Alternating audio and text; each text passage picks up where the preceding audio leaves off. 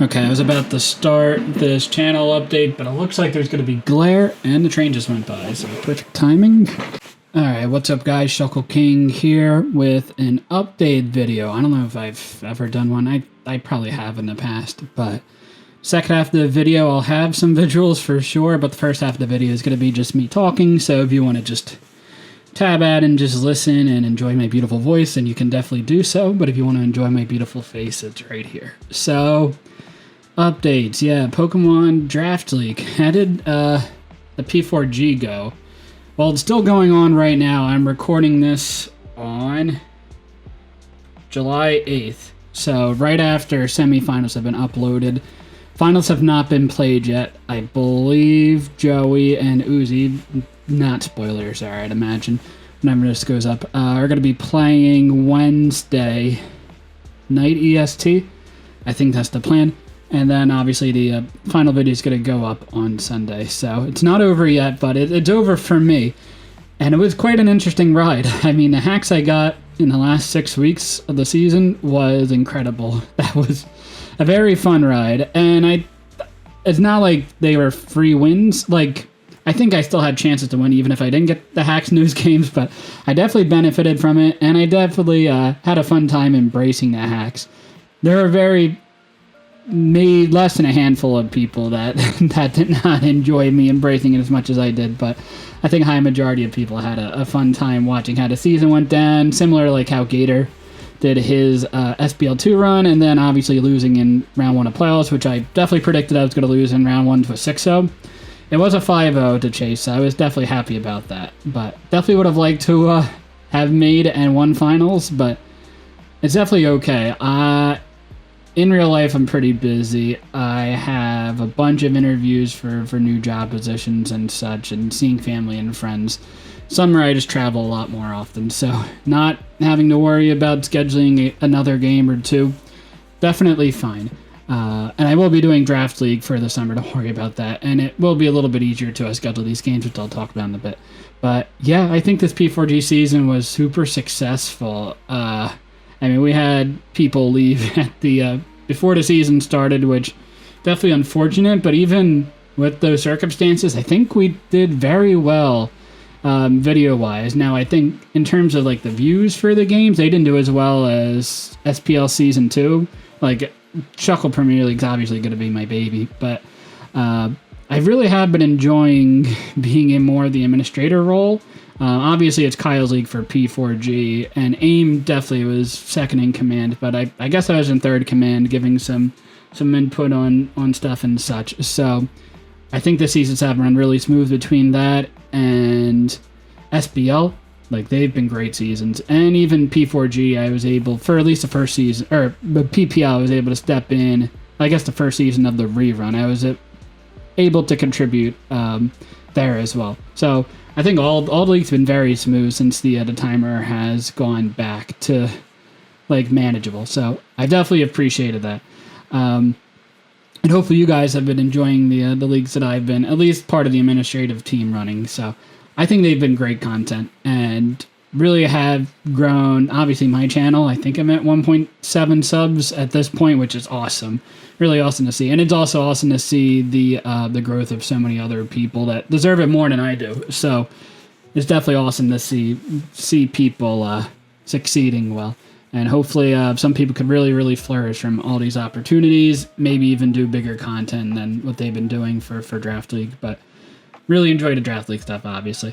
I think I could get, like, if I have a goal for the channel was to probably get to 2,000 subs by the end of the year, I think it should be pretty doable. I'm going to be doing some different, there's a mix of same and different content. There goes the train. That you guys will see in a bit, but I have really enjoyed the content, and the fact that you guys are enjoying watching it is just an added benefit. That is very nice. So honestly, like, if like no one was watching it, it'd be tough to continue with this pace because it is definitely a decent amount of work. So the fact you guys are commenting, liking, getting a nice little community, and making really, really good friends with all the coaches is just a blessing. I'm really happy for everyone. So next, what am I going to be doing after P4G? So no Wi-Fi leagues reached out to me in terms of the next slate, like post P4G. I don't know if it's next slate because BBR is already starting up, and they're in week. They just finished week 2 uploads on Saturday, so that's great for them. Unfortunately, I believe PPL is starting up soon. Maybe even like a couple weeks after P4G is over and such. And for P4G, my goal for that is to probably in the next couple days, depending when this goes up, have a survey filled out by all the coaches, and then a week from now-ish, if I'm recording this on Monday the 8th, maybe by Monday the 15th, open up polls for voting for P4G awards. So SPL2 definitely lost a little bit of motivation with all the stuff that's happened there, unfortunately. So I really want to make sure I'm on top of the ball for this, and I think it was a great show for SPL1. So definitely want to do that for this P4G reboot season. So the award show is fun, and ideally, I mean, I'll have to talk to Amy about it, but I think if finals go up on the 14th, then maybe the 21st, like the same day I'm going to be posting my next Draft League content, spoilers, we can do the award show that time. So that way there's not too much lost time in between. I think it'd be, obviously it's too late to do an SPL2 award show. I wanted to, but it wasn't that feasible. But yeah, no Wi-Fi leagues. It looks like PPL is starting up soon, and they did not reach out to me in terms of me wanting to do their season 3, which is definitely unfortunate. Because, like, I mean, PPL and SPL were like the leagues that, like, if they were gonna do it, I was 100% gonna say yes. PPL being in it back in the day, like in the community that they have, and like the level of silliness that they have in the league while still keeping pretty serious, and the people in the league are all an awesome combination that works very well for me. And I feel like I did a pretty good job behind the scenes season 1 to make sure it finished pretty strong. I think there was a lot of burnout from a lot of the people there, so I think I was making sure the ship kept sailing, and I hope you guys really appreciated that season. I think you guys did. I think it was a great time. I think a lot of people shined in that season in particular. I think probably me being one of those people, honestly. So unfortunate that I didn't hear back from them. Obviously, I couldn't do PPL Season 2 because SPL2 was starting up at the same time. I honestly really wanted to try to make it work out, but it was just too much for me to do. So wasn't able to do it. And I'm not sure who's going to be doing PPL. But hopefully that season goes well. I have all the faith and confidence that it is going to go well. So next, I did mention that I'm going to be uploading draft content on the 21st of July. So this will be a Showdown Old Generations League called UDL. What is the abbreviation of UDL? It is... I don't really know what the abbreviation is. Let me see if I can scroll up on the Discord. I couldn't... United Defenders League, that might be it. I honestly am not entirely sure, but UDL is back for Season 6, ran by Matty Brolick, which you guys might know of, like the Showdown Mount Rushmore. He's on that. He used to upload Pokemon content and Wi-Fi. I think he did... I don't know if he did Wi-Fi stuff. He definitely did Showdown stuff. He did a little bit. No. I think Tony did the Wi-Fi. I don't think Matty did too much, but he did a lot of Showdown content, one that was a little more popular on YouTube. And also Carson is going to... they both run the league. They've been running it. I've done it since Season 2, probably like in 2020, 2021. So we've only had like 5 or 6 seasons in like 5 years or so. So it's pretty rare that we have a UDL league. So I definitely want to have any opportunity. Like, if they're going to run one, I want to make sure I'm, like, going to be doing it. Because I don't know when the next one's going to be. A lot of people in that server are older and don't play Mons as much. We have, like, Gypsy King, II, K-Crick, Jake. Like, if you know the Showdown community, then you'll know these players. A lot of the players are, like, at the top of the Showdown Pokemon Draft League scene, like, one point or another. But some of these people have not played as recently. So that's why we're doing 4 games of Generation 6 and 4 games of Generation 7 is our season.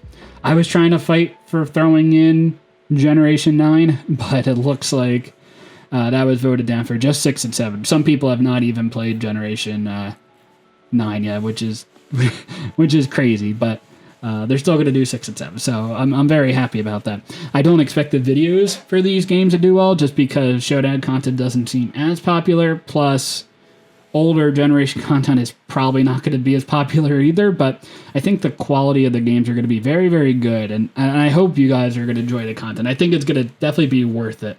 In this league, we're allowing some pretty wild stuff, things that aren't allowed in most leagues, and that's what I like about UDL. We experiment on the tiers. For instance, let's see, I'm not going to spoil my team, but in ORS, we have for 25 points, Mega Alakazam, which I feel like I was one of the people that innovated, and Mega Alakazam was really, really good in ORS. Genesect and Mega Metagross. So those Pokemon are all going to cost 25% of your points. So that's a lot, and that's just an example for one tier in ORS. So there's some pretty wild minds, and obviously, if they're going to be the 25-point tier, I'm going to have some pretty crazy Pokemon on my team. It's two divisions of 9 coaches each, and top 4 in each will make playoffs. So hopefully the goal is to make playoffs, obviously, and it should be fun. I will be doing really in-depth team builders, plus pretty in-depth post-commentary, just because it'll be easier for me to play these games, especially if I'm traveling and such. Be easier for me to post-commentate these games and really give my thoughts about the plays I made. Maybe give myself some perspective about, should I have made a better play? Did I just get unlucky? Did I make the right play? Were there other things I should have considered? So I think it's going to be an interesting approach there. Different than what I've done in the past. In terms of that, I could also do coach interviews, kind of like what Joey does.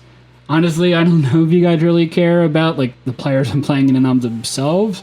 I don't know how much you care about hearing from K-Crick, even though he has a ton of knowledge about the game and stuff. You just might not know him because they don't upload and such, which is definitely fair. And I don't even know if they would want to do interviews and such. Or maybe I get guest commentators to join me for the games. I don't know. If you have ideas or preferences or what you think I should do, you can let me know. Comments down below. I'm going to upload a draft analysis on the 21st for both ORS and Ultra Sun, Ultra Moon. And then the 2 weeks after that, we're going to do ORS. Then the 2 weeks after that will be Sun and Moon. Then next 2 weeks ORS, next 2 weeks Sun and Moon. And then hopefully we make playoffs and then we have a couple more games there. So we'll see. So that's my league update there. Other YouTube stuff. So I started a trail to the top of Random Battles series. It's going on a long pause. I don't know if it's going to come back. It's a long grind to get to the top of the Random Battles ladder. I play a lot of Random Battle Blitz, which is 10 seconds and max to make your turns. So those games go by really quick, and I'm in the top 50 on the ladder-ish. Maybe top 10, maybe top 100.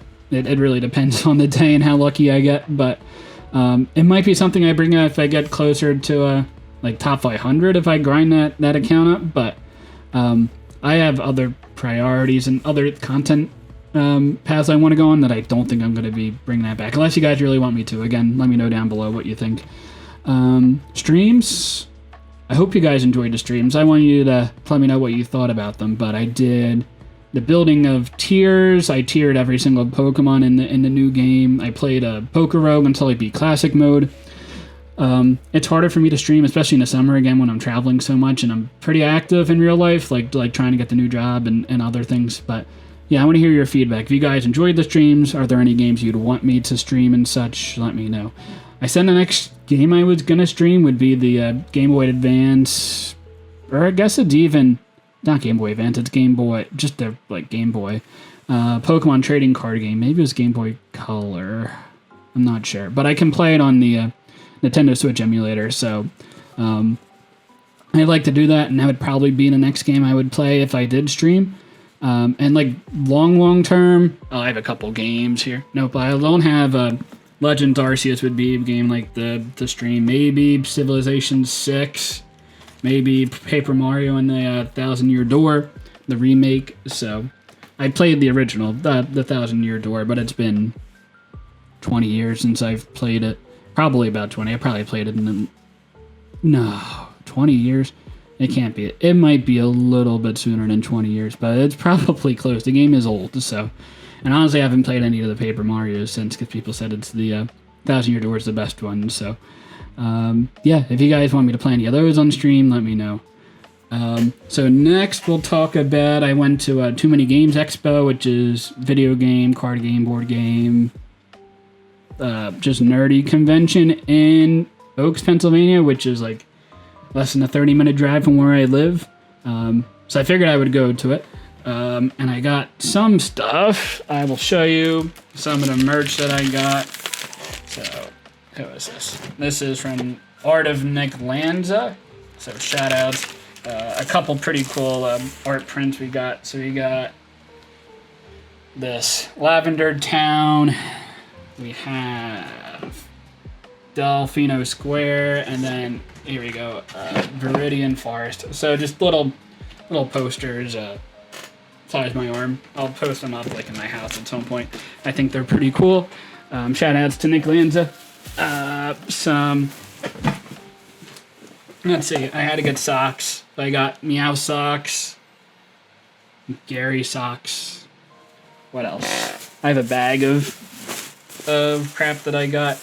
I got dots, because I thought they were very colorful. I like those. Hey Arnold socks and Charmander socks. So always like the creative socks there. We got a shirt. This shirt is Baja Blastoise. There's probably some Pokemon Draft League team that has that name. And it's that shirt in particular is funny because when I do trivia, the trivia guy does like a mashup round, and his example for like his mashup round is drink you can get at Taco Bell plus final stage evolution in the Pokemon 1 game. So that would be Baja Blastoise, because it's Baja Blast plus Blastoise mixed together. So that's a pretty funny name there. I'll have to wear that at trivia next. And then the Waba Burger. Wobbuffet's one of my favorite Pokemon. Shoutouts to the NUPL team I ran at the Warrior Wobbuffets. And that was probably like 2018. Very, very long time ago. I got the Stunky Classic. Someone said it was the butt Pokemon, so as you will. Now that I have that image in my mind, I got a Rayquaza. So I thought it was pretty cool, and how it could be segmented and all that. So that is neat. Had to pick up Smeargle, the mascot. I don't think I saw Cryogonal plushies. I probably would have gotten one otherwise, but the Smeargle was a pretty close second. Oh yes, I forgot about this. Favorite Pokemon game, Pokemon Emerald. So it's like a 3D printed image of it. I think that's pretty cool. Maybe I'll have that there for a while. We have Elestrals. I got some Elestrals content. Talk about that later. We've got some finger puppets. This was the only way I was able to find a Shuckle. It took me the 3 days that the convention was, and there were these bins of these little finger puppets. And there were 2 different stands that had them, and it took me searching them every day. And I think on Sunday, one of the 2 stands brought out both bins, or their backup bin that they had, and I was able to find a Shuckle in there. So that's great. We also got Lipard. We bought 5 for a combo there. So Stunfisk, Drewby, and Bronzor. Some of my favorite Pokemon there, and very weird Pokemon, but that's what I like. And I got a starter deck that has a couple boosters for the new season of Elestrals. Yes, Elestrals was at TooManyGames, so I saw 3 content creators, Pokemon-wise, you guys might know. So I saw A Drive, Dan. I guess I'll post these the pictures of all the people I met. A Drive had a content creator panel. I'll tag it. I found the stream of it, so you can watch it. I don't know if A Drive is promoted it or not, but he did a panel about his content journey and the struggles he's gone through and the successes that he's had. So it was great to go see that. Deathly, Deathly, he is the CEO of Elestrals, and he did Pokemon content back in the day, so I saw him. That was really, I talked to him for a while, so that was great to talk to him. And I probably talked to Magnitude the most. He was only there for 1 day out of the 3, but I went up to the Expo, like, through the hall, and, like, we were passing each other as we were, like, walking by. I guess he was walking from the Elestrals booth to the A-Drive panel. That was, like, I guess he had to get that started up. And I walked by him, and I said, "Hey, Steve." He's like, "Hey." I guess he didn't expect anyone to know him. And he's like, we were just looking at each other, and then I removed my badge, and he saw my shirt, which was the Scyther shirt. I've worn it a couple times. Where is it? Let me get it.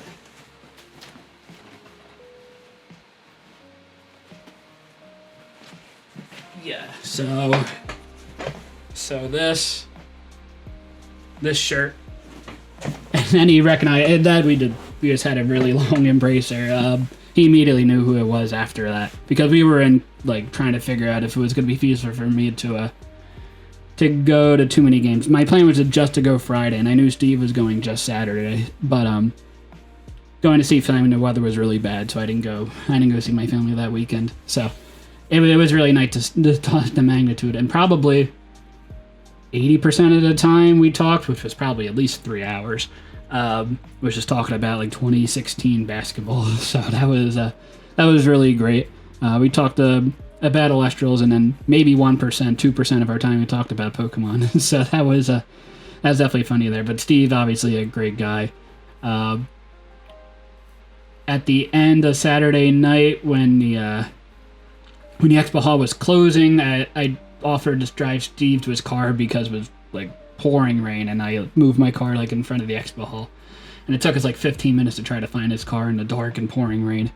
But we found his car eventually. We totally did not get lost, so that was funny. So great meeting Magnitude there. Also shout outs to a couple people from the Elestrals community, Jay Johnny, Part-Timer 77, and Tailwinds. There were 3 people that are in the Discord community from Elestrals, and they were all great to talk to and taught me how to play the game because I had no idea how to play.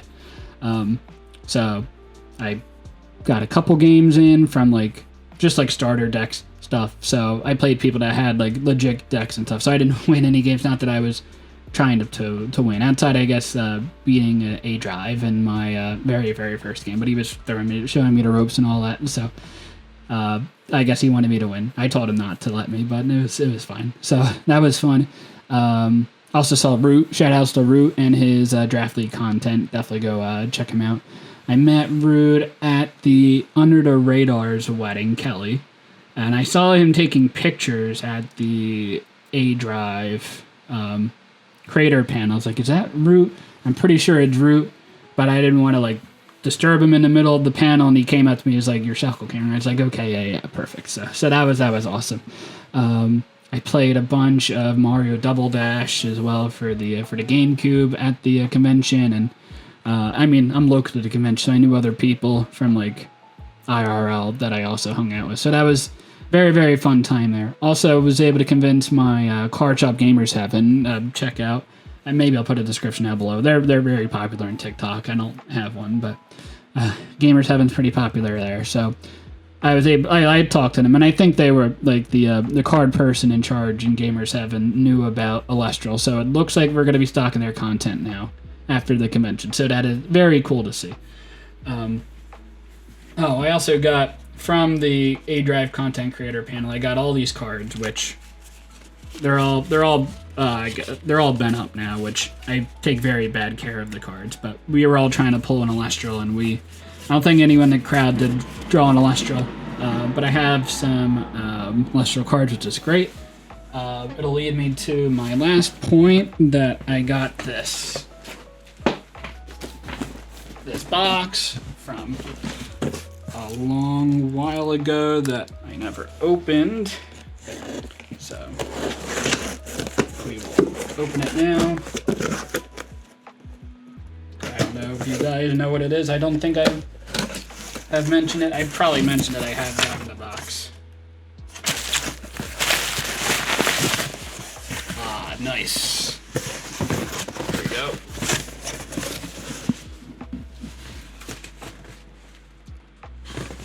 So the creator pack for Elestrals. So I don't know if you guys would have expected that I would have gotten this package, or that A Drive and Deathly knew who I was in the first place, but they reached out to me to do content for Elestrals, and I was definitely on board. Like like my biggest hobby is probably board games, even more so than like Pokemon or video games.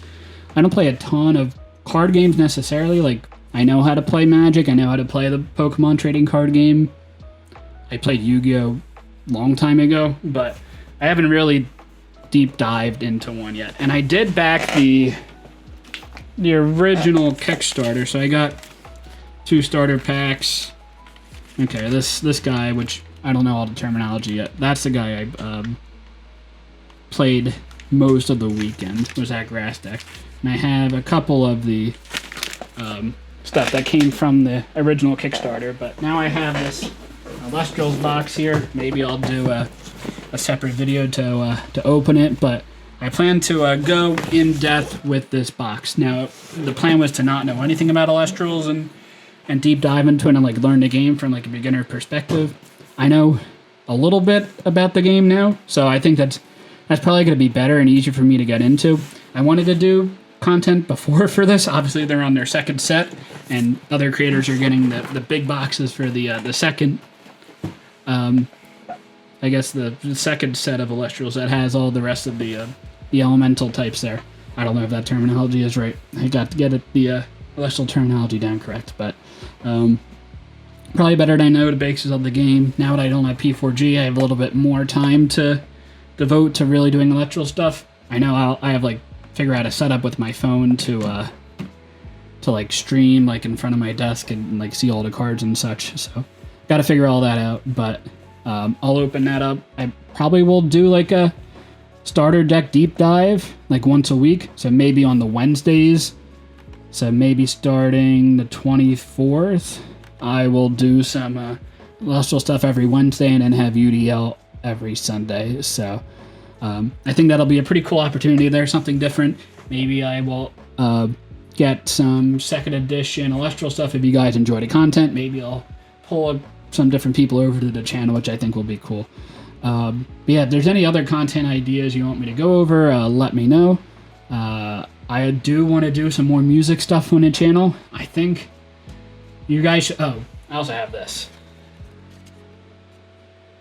So that's cool. I have an A Drive business card. But yeah, I want to do more music stuff on the channel, which is tough. It's just tough for me to get all to it in once.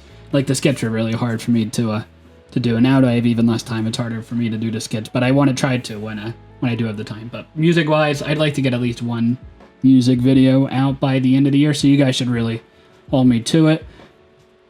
I might have some collab ideas for music on the channel, but we will see about that. So I think that'll be cool if those plans work out, but they're all long-term plans, and it's all stuff I want to do. It's just whether I have time to do it. I want to put out high-quality stuff. So thank you guys so much for the support you've given me. Really appreciate it. This has been 30 minutes, so pretty long. Maybe a little less than 30 minutes, but yeah. Again, appreciate you guys. Let me know down below about any thoughts you have about this video in particular. Hopefully you guys stayed until the end.